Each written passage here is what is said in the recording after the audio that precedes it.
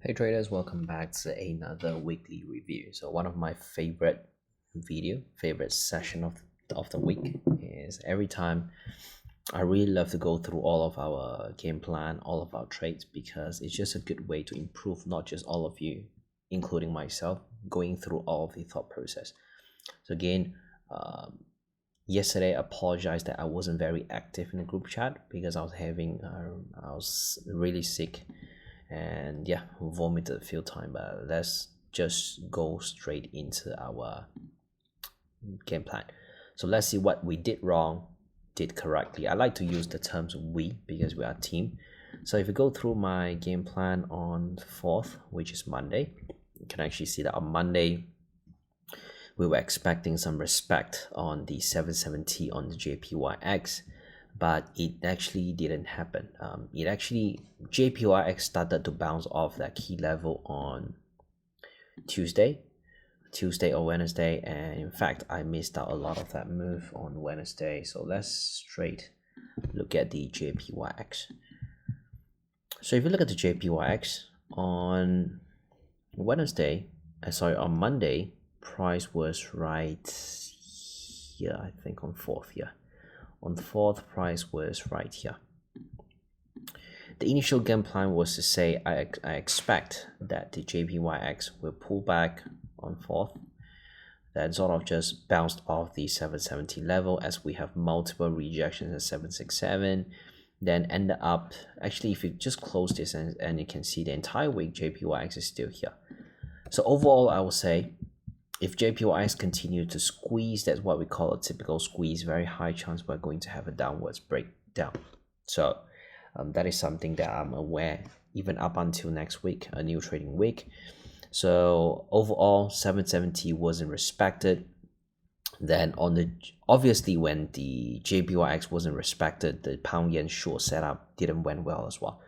Go straight into pound yen, you can actually see the main reason why we were looking for a potential short on pound yen, this was our first trade of the week, was actually because on the following week we have some beautiful short, right? We have some beautiful short. Some of you actually took some winners along the way. Then as price pulls back, I was expecting price to respect this key level here. You can see my sell limit was right at that 184.730. But if you look at the 4 hour, obviously you can see we're still fairly strong. So that's probably one of the mistakes that I had this week, was I was very biased onto the sell side. On one perspective, you can say I was just trading the range, I was following the short-term momentum. But from another perspective, when I was doing my weekly review, it actually just felt like I was very biased to the downside. I was constantly looking for short and neglected the fact that price can always bounce off that 183.40. So a better way to trade this week was actually following some short-term momentum. As I'll give you one of example for you. See this?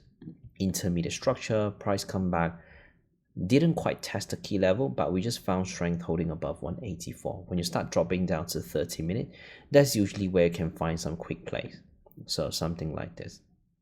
You see price again come back above some of these 184.05. Then you start placing your trade. Stop loss there, then target wise you can aim for the next level. All right, something like this. See that? So if I was a little bit more flexible, would have been avoided some of these loss. But yeah, the week has passed. Now what's really important is the final areas of improvement and find solutions. Okay, so pound yen overall, we took a loss on, it was a very quick loss on Monday. Then after that, price sort of just go up.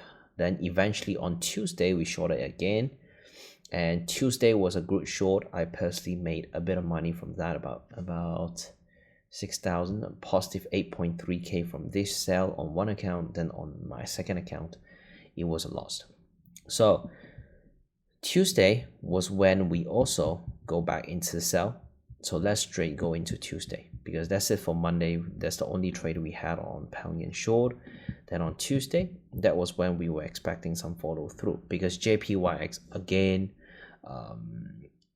still is above the 767, and I say that a pound yen, if this area wasn't respected, very likely we're going to see price come into area like this, very nice OMSS structure. What is OMSS? It basically means the origin of market structure shift. So what does it mean, origin of market structure shift?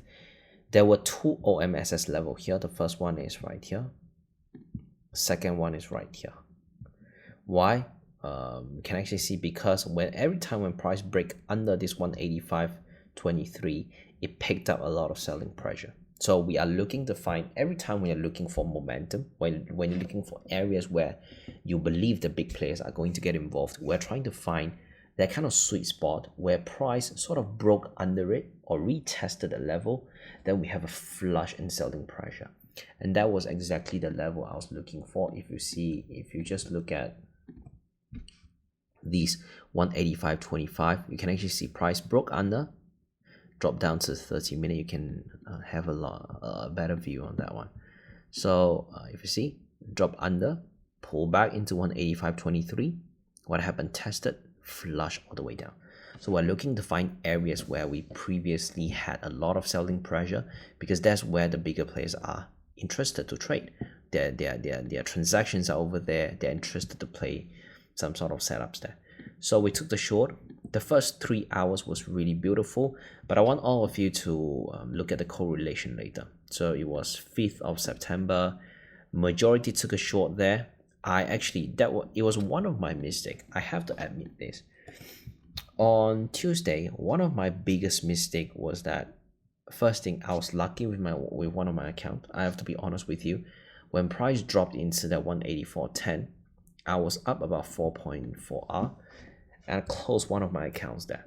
It was quite a lucky move because it wasn't a level that I was paying attention into. When price sold off that aggressively, I got overconfident, and that was something that I have to admit, that is not something I can deny. And I think being a coach is all about being transparent, being honest with all of you, not just about my winner, also my loser. If you look at the way I traded this setup, shorter at 185.22, stop loss about 25 pips. It went to 4.4R. I was still holding on to it because when I was doing my price action reading, when I was doing my analysis, I neglected this area as a possible rejection point. I neglected that level, and yeah, if I were to pay attention, you can actually see that on 2 weeks ago, Tuesday, price happened the same thing as well. Dropped aggressively, tested 184.10, reversed all the way up. So when price come here, tap reverse, I should have been more aware of that. But instead, all of you remember, I scaled into the position. So when price pulled back into 184.72, I actually added one size. So the position looks something like this. I added one size here.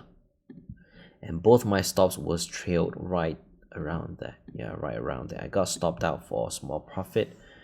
But yeah, it was a position that I should have been more careful as well. If it dropped down to 5-minute, you can actually see that price just had no selling pressure at all. You see the way it tapped that 184.09, it formed a counter trend, or the opposite bull flag. That's what we call a counter trend bull flag that we just pushed.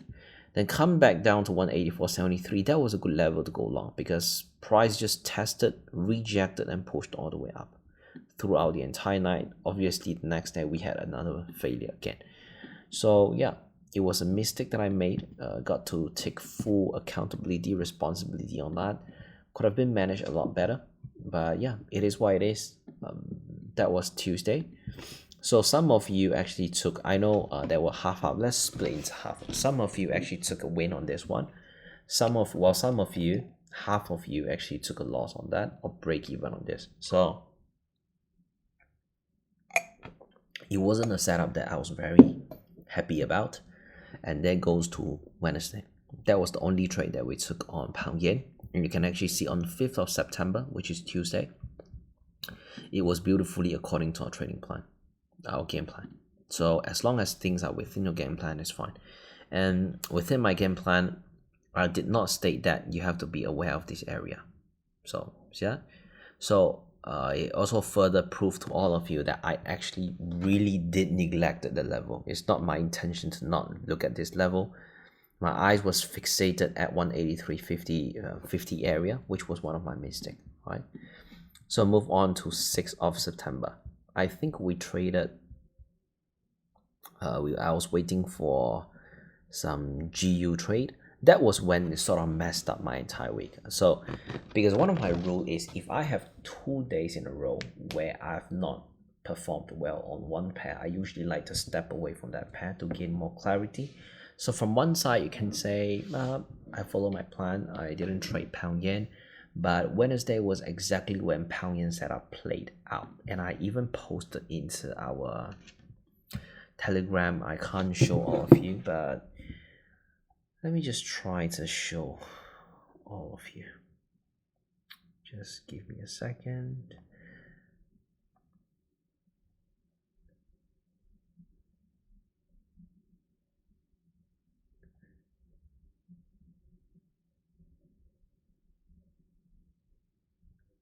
A lot of you actually took some really beautiful winner on pound yen on Wednesday. I think it was on 6th of September.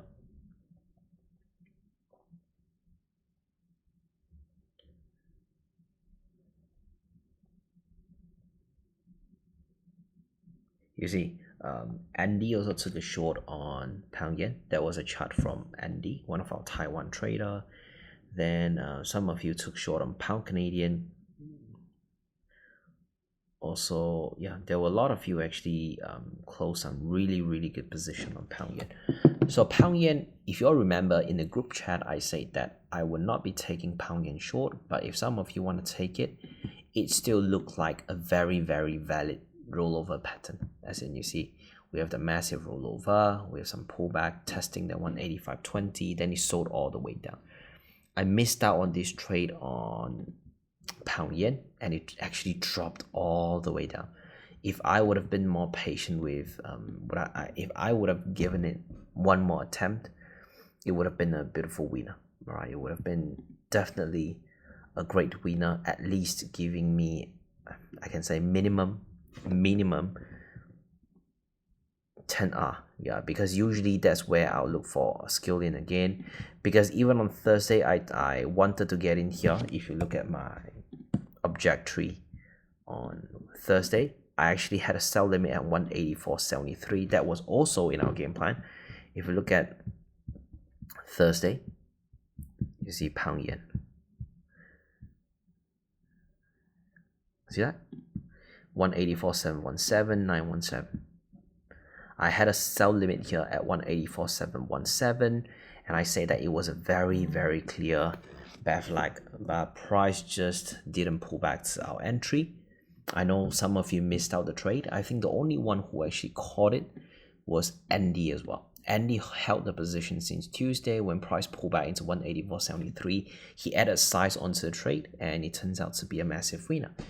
So if I add both these positions, it will at least give me an 8 to 10R trade. So that was also when I did call in the group and give you all the permit to say you can go short, but I personally didn't take it because I had to follow my plan. I had to avoid the pair, and yeah, that's when the whole week sort of messed up from my side. Aussie dollar, there was a trade that I took on Wednesday. It didn't play out. We have some initial rejection come all the way back. So why did I go long on AU? It was because price had that multiple rejections at 0.6365. Very clear. And price also formed a double bottom here. Broke above a minor structure at 0.6384. Took a long there, expecting price to continue. It didn't happen, right? When I saw that breakout structure, I was quite confirmed with the buy, but it just didn't happen, right? Took a loss on that one. So you can imagine, Monday I took a loss. Tuesday, I think I also took a loss. Tuesday was a winner day for me. Wednesday I took a loss on Aussie dollar. Then Thursday, I missed out the entire short on that pound yen. Also at the same time, if you look at GU on Wednesday, I also missed out a trade.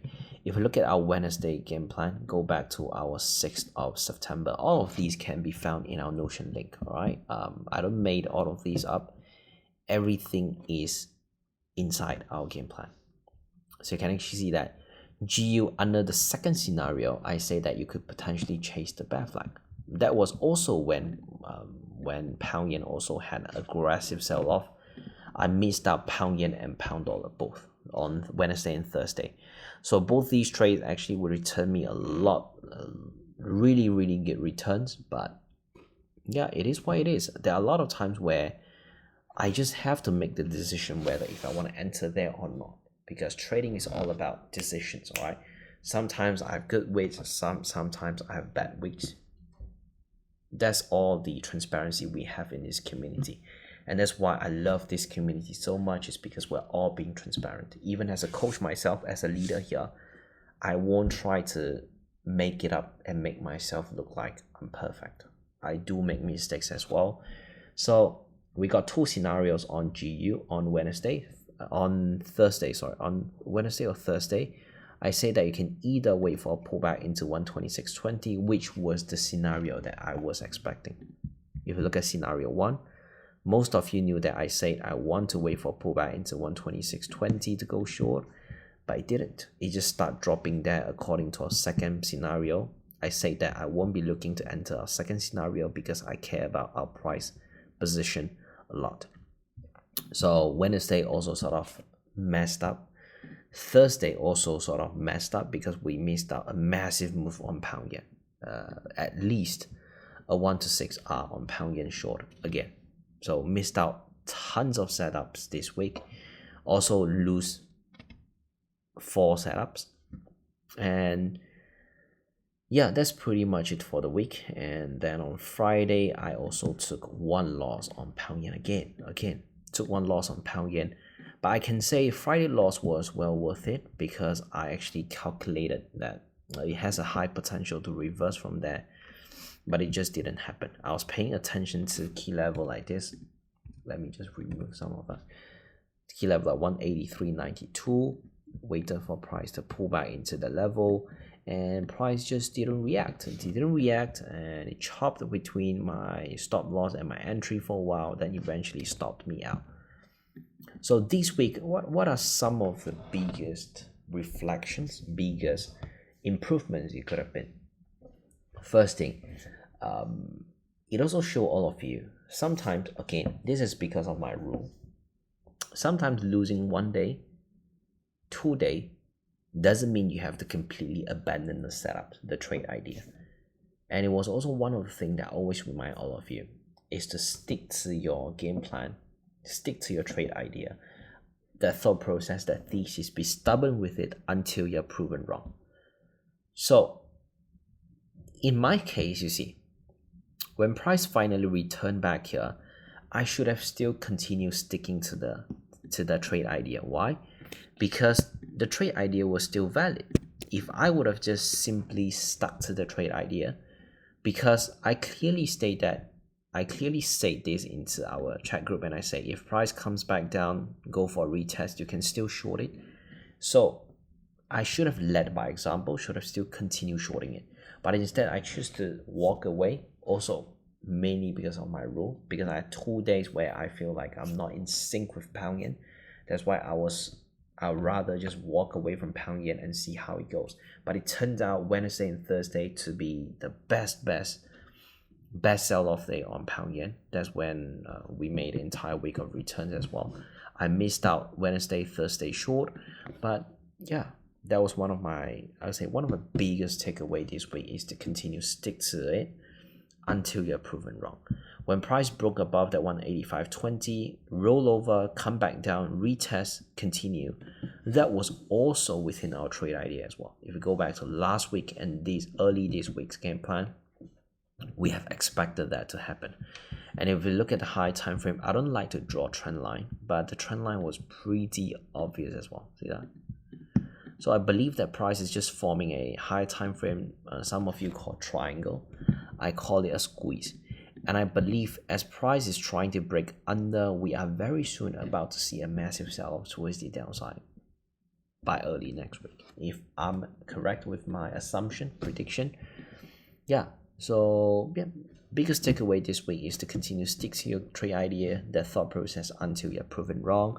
Don't be like me, jump past and end up still missed out a lot of things. Pound dollar, missed out our second scenario short, ended up took that Aussie dollar trade, turned out to be extremely slow, extremely messy. So that's probably my biggest takeaway and some of the key improvements that I could have made this week. So that's it for the weekly review, and I hope all of you learned something new, being transparent with you all of my losses as well. Always happy to have a family like this to share, and I'll talk to you later. Bye bye.